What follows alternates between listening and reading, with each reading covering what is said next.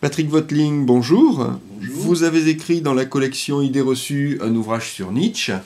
Quelle est l'idée reçue la plus courante sur Nietzsche? Je dirais qu'il y a deux idées reçues probablement qui sont extrêmement courantes et qui reviennent toutes les deux à faire de Nietzsche un apologiste de la violence ou de la brutalité.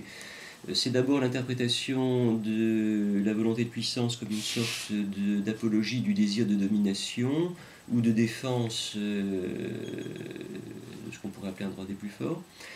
Et puis la deuxième chose qui peut sembler sans rapport mais qui me semble tout à fait liée à ce premier trait, c'est le fait de refuser à Nietzsche le statut de philosophe.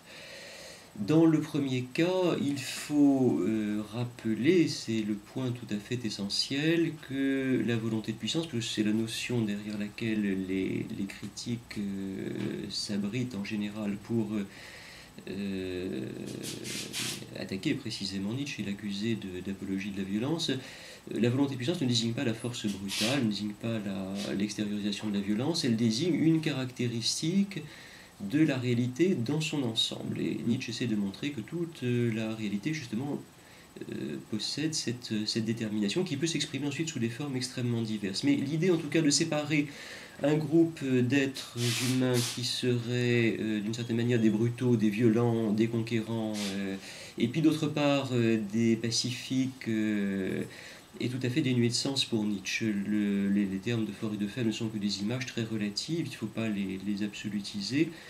Et par conséquent, il est impossible pour Nietzsche d'envisager que quelque section de la réalité que ce soit ne soit pas animée par cette même volonté de puissance, qui n'est donc pas force ou violence à proprement parler. Donc l'idée d'un droit des plus forts n'a aucun sens pour Nietzsche, pour le dire clairement.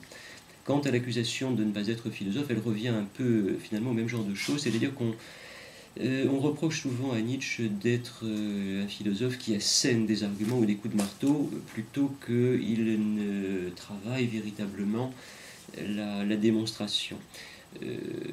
Ce qui n'est qu'une apparence. En réalité, Nietzsche part toujours de l'analyse des techniques de réflexion de ses prédécesseurs philosophes, et c'est à partir de l'identification des lacunes, des déficiences de ces méthodologies des autres philosophes qu'il construit cette méthodologie nouvelle, en la présentant souvent, il est vrai, de manière un peu brusque pour réveiller ou stimuler le lecteur précisément, d'où le sentiment qu'on peut avoir, mais qui est un sentiment qui n'en est pas moins faux. Il n'y a pas plus de brutalité dans un cas que dans l'autre.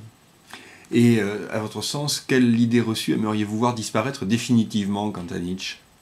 Eh bien, je vais vous surprendre peut-être, mais aucune. Aucune parce qu'il est dans la nature, je dirais, du type de réflexion que construit et que mène Nietzsche, qu'il suscite des préjugés, des idées reçues et des résistances. Et Nietzsche en était parfaitement conscient lui-même. Je pense à un très beau texte du livre 5 du Gai Savoir dans lequel il pose cette question: est-ce que nous nous sommes jamais plaints d'être méconnus, mécompris, interprétés de travers? La réponse est non, et Nietzsche ajoute même: et nous savons qu'il en sera ainsi pour très longtemps. Alors il ne faut pas accepter les idées reçues, il faut les combattre, et c'est pour ça que je dis que je ne souhaite pas, pour ma part, qu'elles disparaissent, aucune d'entre elles, pour qu'il y ait précisément quelque chose à combattre.